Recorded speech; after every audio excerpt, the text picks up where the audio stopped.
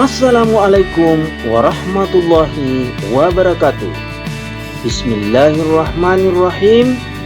Rabbi surahli sadri wa yassirli amri wahlul uqdatan min lisani yafqahu qawli.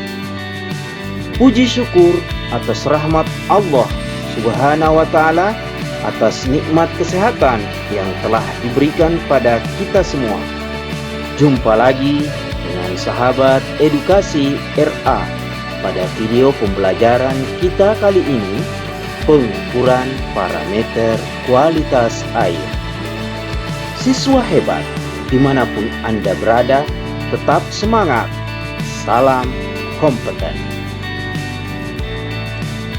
Tujuan pembelajaran ini, peserta didik diharapkan dapat melakukan pengukuran kualitas air, parameter fisika, kimia, dan biologi.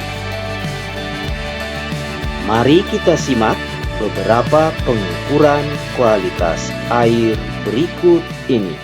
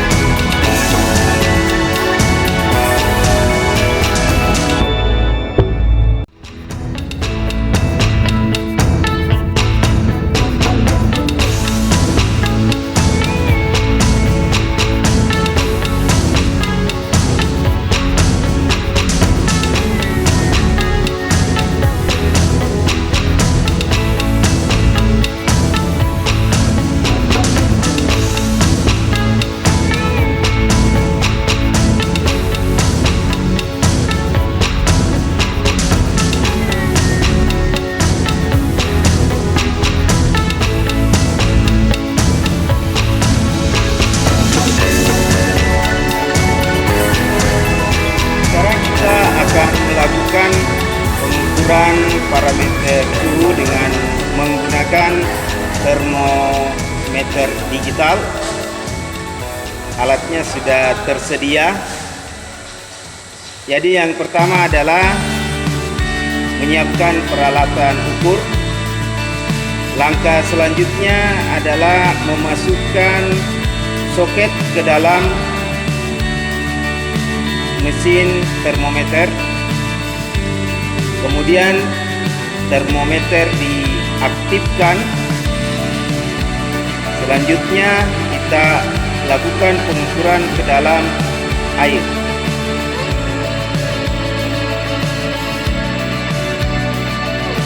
Setelah beberapa saat terlihat pembacaan pada termometer, suhu akan terlihat. Setelah itu diangkat. Selanjutnya kemudian dilakukan pembacaan. Sekarang kita melakukan pengukuran kandungan oksigen terlarut. Alat ukurnya disebut dengan DO meter. Adapun langkah-langkah dalam pengukuran, yang pertama kita siapkan alat ukur DO meter. Ini adalah alat ukur DO meter yang sudah disiapkan. Kemudian langkah kedua adalah menghubungkan antara alat DO meter dengan soket DO meter. Kita masukkan. Setelah itu kita aktifkan mesin DO ke arah on.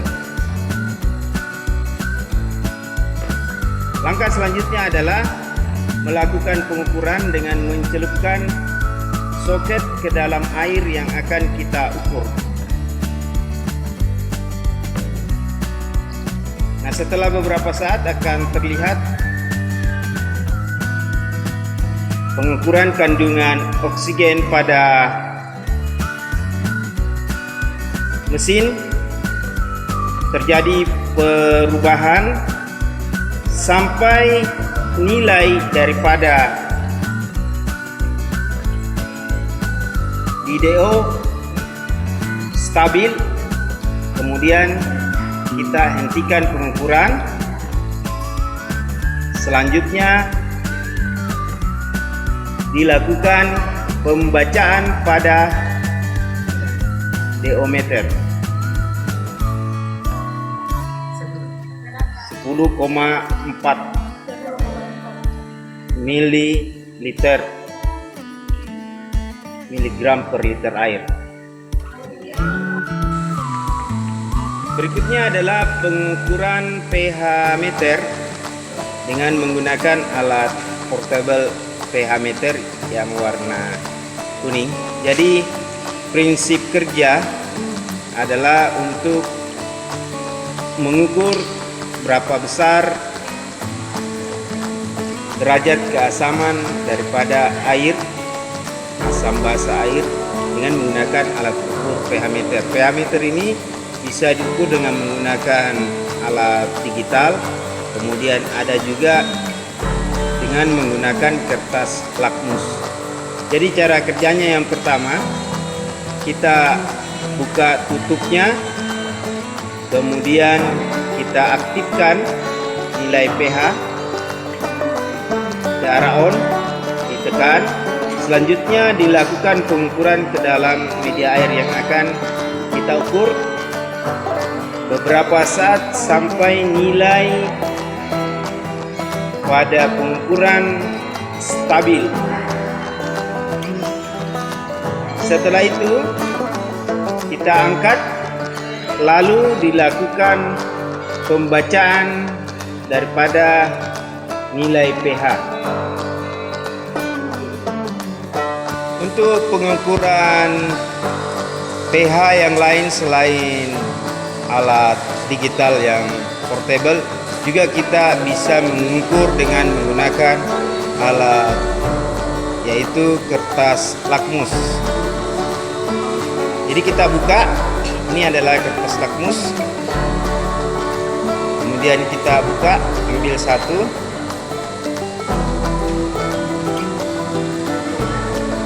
Kertasnya diambil satu.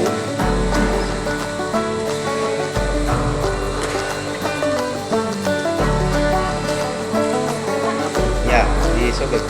Kemudian cara kerjanya adalah kita masukkan ke dalam air setengah dari kertas ini untuk mengukur, setengah, beberapa menit. Setelah itu kita angkat, kemudian dikering-kering sampai kering, akan terjadi perubahan warna.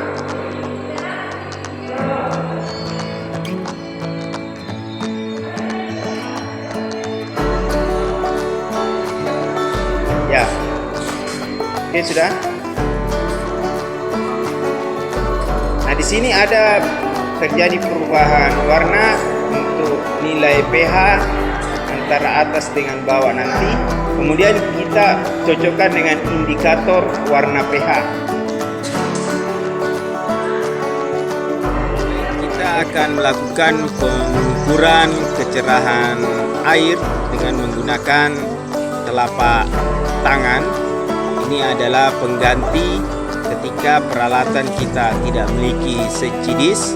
Kita bisa gunakan anggota tubuh kita untuk melakukan pengukuran kolam. Langkah awal adalah kita masukkan tangan secara perlahan ke dalam air sampai telapak tangan tidak terlihat. Kemudian kita berikan penanda. Setelah itu kita angkat perlahan sampai telapak tangan terlihat. Kemudian kita berikan tanda. Setelah itu kita naikkan tangan.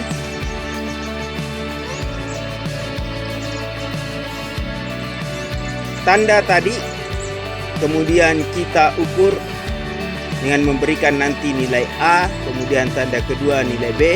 Selanjutnya kita lakukan perhitungan, yaitu A ditambah B dibagi 2, itulah nilai kecerahan dalam sentimeter.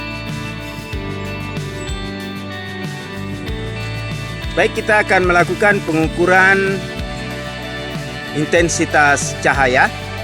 Dalam pengukuran intensitas cahaya ini menggunakan peralatan ukur portable, yaitu luxmeter.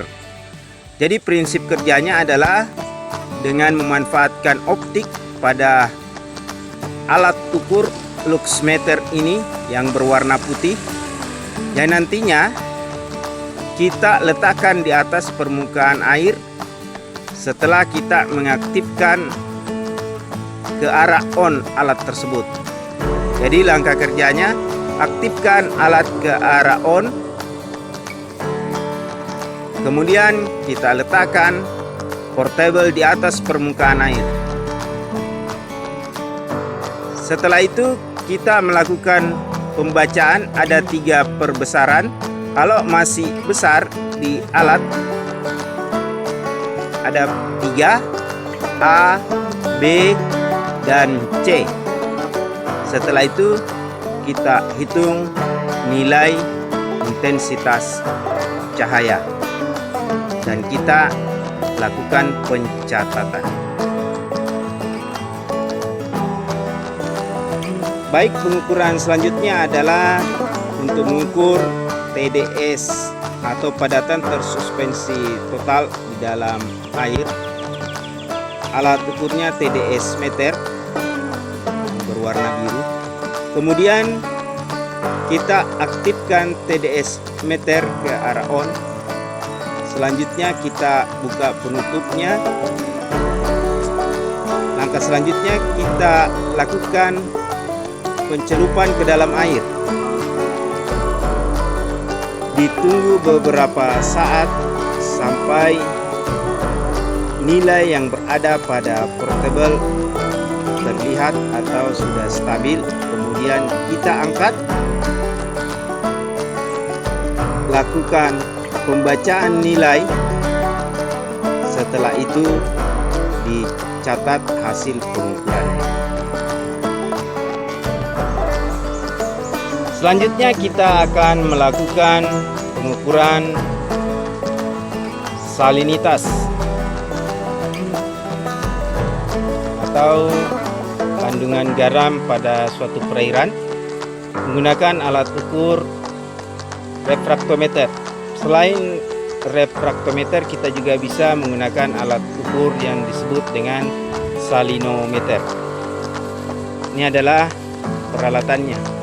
Jadi melakukan pengukuran salinitas dengan refraktometer,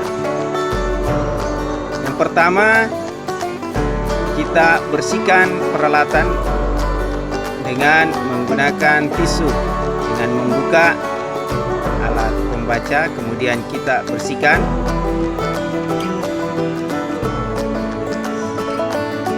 Setelah itu kita mengambil sampel air 1 tetes.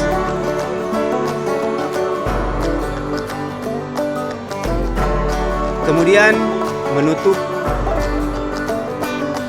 alat ini. Selanjutnya kita lakukan pengukuran dengan teropong ke arah sinar matahari sehingga terlihat jelas pada peralatan nilai yang terbaca pada teropong.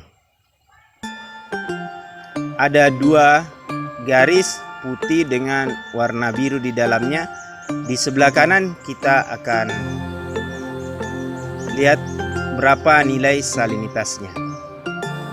Setelah dilakukan peneropongan, kemudian dilakukan pencatatan dari nilai yang terlihat. Selanjutnya kita kembali membersihkan peralatan.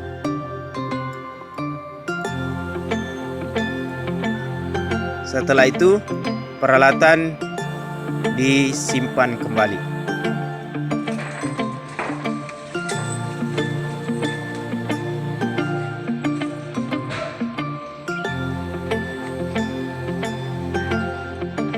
Selanjutnya kita akan mengukur parameter karbon dioksida dengan menggunakan peralatan ukur CO meter. Alat ukur CO meter ini yang pertama kita aktifkan, kemudian ke arah power. Setelah itu kita letakkan di atas permukaan air, kemudian kita lakukan pembacaan pada portable. Setelah itu kita angkat untuk selanjutnya dilakukan pencatatan dan penyimpanan. Jangan lupa ditindis kembali ke arah off.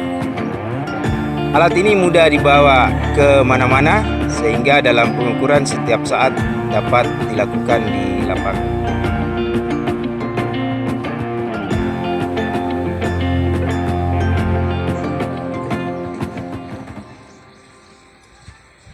Ini adalah alat untuk mengukur daya hantar listrik yang disebut dengan conductivity meter. Jadi untuk pengukuran langsung di lapangan kita buka alatnya, mesin dan soketnya kita hubungkan.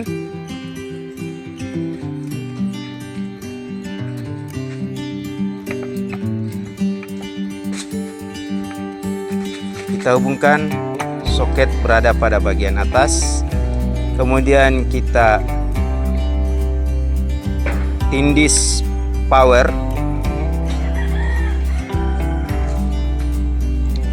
Selanjutnya setelah power kita masukkan ke dalam perairan untuk selanjutnya dilakukan pengukuran.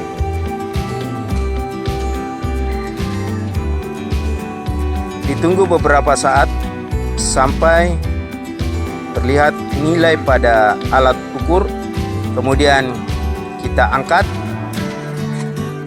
Selanjutnya dilakukan pencatatan dan peralatan di off-kan dan dikembalikan ke tempatnya.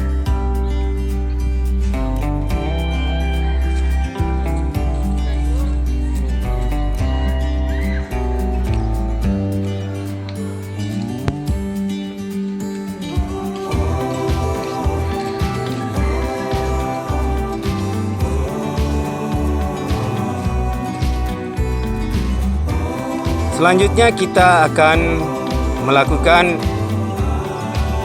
pengukuran kekeruhan air. Alat ini disebut dengan turbidity meter. Kemudian kita mengambil botol untuk selanjutnya diisi air untuk dilakukan pengukuran. Biasanya kita mengambil dari botol yang BOD yang disediakan, kemudian kita masukkan air sampai penuh. Setelah itu ditutup. Kemudian kita membuka alat, memasukkan. Selanjutnya aktifkan ke arah on.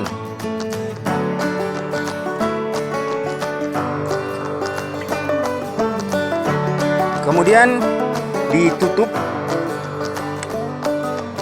Setelah ditutup, kemudian dilakukan pembacaan atau nilai daripada kekeruhan ini. Ini bisa diperlihatkan.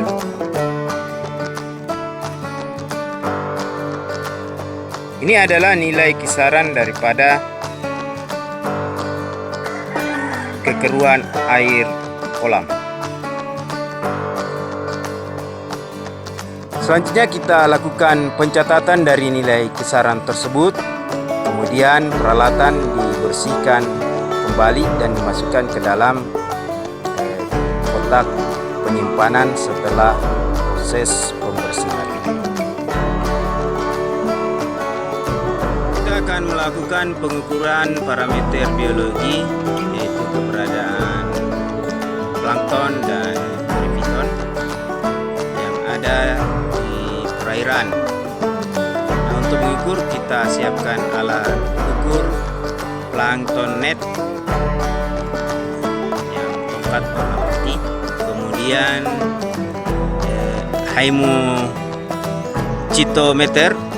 hymocitometer yang akan dilakukan nanti pengukuran dengan bantuan mikroskop untuk melihat dan menghitung berapa banyak kepadatan dan jenis fitoplankton yang ada di perairan. Jadi untuk melakukan pengukuran, yang pertama kita mengambil sampel air kolam sebanyak kurang lebih 5 liter. Kita masukkan ke dalam ember, lalu kita saring.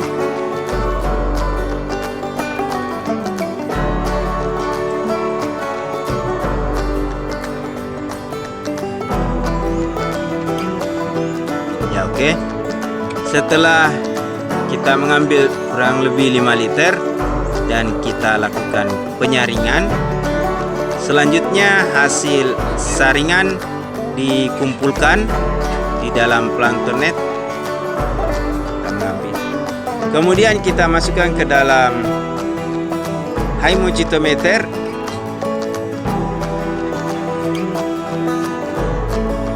Ya, kita masukkan kaca. Setelah itu kita masukkan hymocitometer. Kemudian selanjutnya alat ini nantinya kita melihat keberadaan plankton dan jenis plankton dengan bantuan mikroskop nantinya. Dari hasil tersebut dilakukan identifikasi plankton, kemudian selanjutnya hasil identifikasi kita mengetahui jenis dan banyaknya plankton yang terdapat di perairan melalui perhitungan.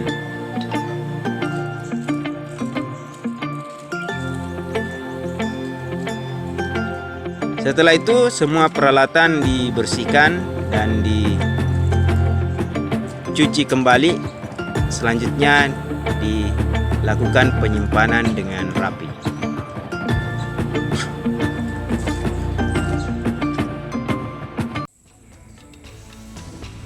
Demikian pembelajaran beberapa parameter kualitas air. Semoga bermanfaat, mudah dimengerti, dan dipahami. Sampai jumpa pada video pembelajaran berikutnya. Salam kompeten.